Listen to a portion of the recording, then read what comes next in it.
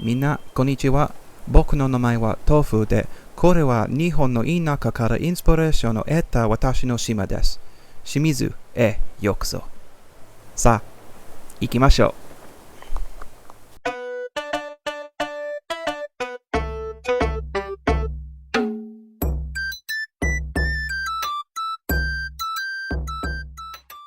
So hello guys, my name's Tofu, and as you can probably tell by my attempt at a Japanese intro, we're doing something a little bit different today. We're going to be doing an island tour of one of my previous islands, the island of Shimizu, which is a kind of Japanese countryside, like farmland, slightly rural kind of area, is the main kind of theme. So let's just jump into the map. Okay, so I wanted the main kind of feature of the island of Shimizu to be a big lake kind of in the center of the island. I did mention that it's kind of Japanese countryside, kind of slightly rural. On the left hand side of the map I've got a lot of kind of farmland, and so the houses and fake buildings that I've made, all kind of made to represent that. And then on the right hand side with the slightly bigger kind of pathing is more kind of developed town, if you will, so there's a lot more kind of roads and a lot more fake buildings as such. We can see on the left, obviously, the villagers we have are Kid Cat, Renee, Marshall, Stella, Sasha, Petrie, Kitty, Bo, Chief and Ruby. And there's my character at the top left. So, let's go. So it's a quick jump cut to the entrance. First thing we're going to do is a hard left, and we have the campsite. It's a very kind of simple design, nothing too fancy. Yeah, I didn't want it kind of lost within a load of kind of trees and things. I've done that, I guess, on my previous island. But I did want to have it overlooking this kind of farmland and the fake building of Renee's house. If we quickly just run onto the beach, there's another little kind of cabana, little area for kind of basically resting and just chilling out. With the actual entranceway, I wanted the bamboo and then the party arch lights to kind of almost represent like you're going through a bamboo kind of archway. And then we just go through here, almost trying to replicate kind of a bamboo forest. We have the panda just chilling out. And then we make it to the koi pond. I really like this design. Whoever made it just did an absolutely fantastic job. Honestly, can't remember who did, so if I manage to find out, I'll plonk a little thank you kind of note somewhere up on the screen. Anyway, we'll go a hard left, just a little kind of rest area with the storefront with a small patch of wheat, and then we go straight to Renee's house. And headcanon is that she farms both rice and sugarcane. This is the first ever fake building I tried to make, and I think I did an okay job. It's made to be a storage area, so you've got the sugarcane, the rice, and a little cushion just for chilling out. It's pretty cool place just to vibe. And there's a few pear trees on the property as well, so hence the pear boxes. A run up the beach, and we come to Bo's house, and he's meant to be like a fisherman. He's got his own little fishing pond for the villagers to use. But he's also based obviously in the river mouth and very close to the beach, so you've got all these kind of different fishing items dotted around. I'm going to do a right here, but first, quick visit to Shrine, pay my respects, and then we'll run up here. So I've done a lot of kind of little areas with farmland just to try and really emphasise that this is the kind of countryside part of the build. We've got another little, I guess, shrine to the golden turtle. And we've got the tourist telescope that's made to overlook the lake, and you can see the player house in the distance.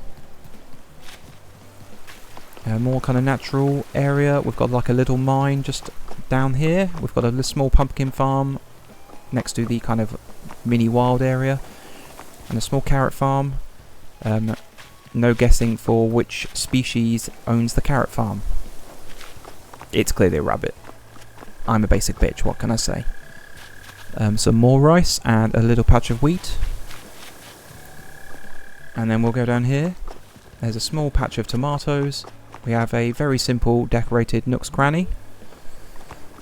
And then we come across a little pig pen. I thought the piggy banks really worked well with the different colours, and so I thought this was quite a unique build, and since I've made it, I've actually found that quite a few people have done this kind of thing, so not quite as unique as I thought, but I still like it. And then there's a little patch of lavender and potatoes just as well, next to the plaza. Okay, now we're going to head up, so let's go. Okay. So another kind of roughly kind of wild area, but we've got a little stall with various Apple products next to the statue, I guess, the samurai suit. Another little kind of offering to a local deity, I guess. And there's Chief. Here we have a poppy field with the wind turbines, and we have, excuse me, Chief, we have Stella's house, and she owns the apple orchard. Hence the little stalls with all the Apple products. I wanted it to kind of feel like it was very very green, I guess, very energy efficient, so hence the wind turbines and the solar panels as well. And obviously she's got a few little bee boxes just dotted around. Save the bees. Okay, we will now go up here. And we have a very small kind of like campsite just in a small wild area, I guess, for want of a better word, but it's right outside the shrine in which I did the intro. We have the golden Daruma and the little Terra Bozu. I really love this design as well, the Inari prayer boards. Again, if I can find who made them, I'll put a something on the screen just to say thanks. We come up to Kitty's house, and she's kind of almost the caretaker of this small rock garden and I guess the shrine and campsite in my headcanon. Go past the museum, and I wanted just a little area with like a kind of archaeological dig site. Just make it feel a little bit more kind of alive around here. Secret Beach is just behind here. This is Kid's cat's house. Being a jock, I thought it would make sense that he would be near the museum, so he could be the one that helps to cart away the dirt when they do digging. Just general digging and things like that. All the kind of, you know, manual labour. We've got Petrie. I like Petrie. She's probably one of my favourite characters. And we go through this kind of covered archway. And then we come to the kind of the more developed part of the town. So we've got a lot more kind of fake buildings, such as this. And we have a small kind of garden right next to another building. And here's another tourist telescope that's meant to be, obviously, you face the other way and can see the kind of more, I guess, countryside part of the island as well. On the left hand side is the player house, so I will show that in a minute. We have the top houses are both Sasha and Marshall. And it's I guess a mini neighbourhood, but not really. I don't tend to make neighbourhoods in my game, but that's as close as you'll probably get to one. The right hand side we have a small strawberry farm on the beach with a stall and the katatsu table with various kind of strawberry based items, I guess, for sale. So a quick run down here. Go to a hard left. We have a small kind of, I guess, set of stalls for fish based products and a little camping kind of cookware area so people can get a meal of seafood. That's another fake building I made on the top. I tried using the stalls just to make it look like a kind of, I guess, shelves and a window space with the various different items on there. We have Chief's house, and again, much like Bo, he's kind of a fisherman. That's why he's next to the fishing, I guess, cook stalls, and he's got his own little kind of pier on the lake. And he's just outside a small kind of Japanese themed garden. It's pretty small, but I really liked how it came out in the end. I think it's yeah, really kind of effective, especially with these little bridges that you get from the Sanrio character. Anyway, I'm going to do a quick right to another kind of shrine area overlooking the sea. Come down here to a small kind of campsite, or camp area I guess, on the beach. And that comes into the kind of storeroom, warehouse kind of building for the headcanon botanist of the island, hence the very kind of green and very plant heavy area. I also wanted the buildings on this kind of part of the island to have a separate kind of roof where you can actually access it with ladders and things, such as here.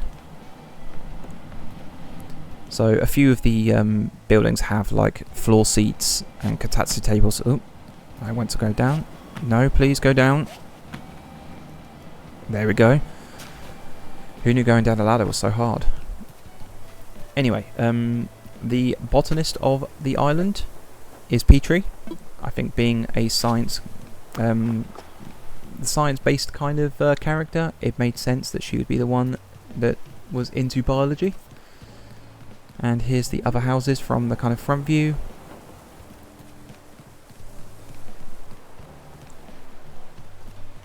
And here's the last fake house. Finally, a small area just in front of the fake houses where characters can play beach volleyball if they so wish. I tend to leave the beaches kind of empty, I guess. I'm not the best when it comes to building on the beach, but I'm going to really make a big effort when it comes to Tanglewood and the terraforming there. So yeah. And last of all, before we go over the bridge, here's just a small kind of vending machine area. If you've been to Japan, you'd know they love their vending machines.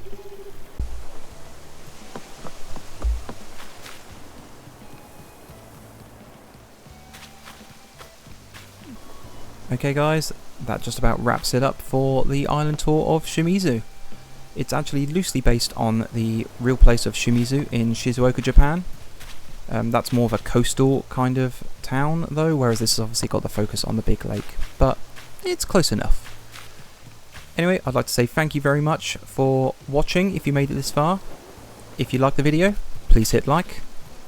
Also consider subscribing if you haven't done already.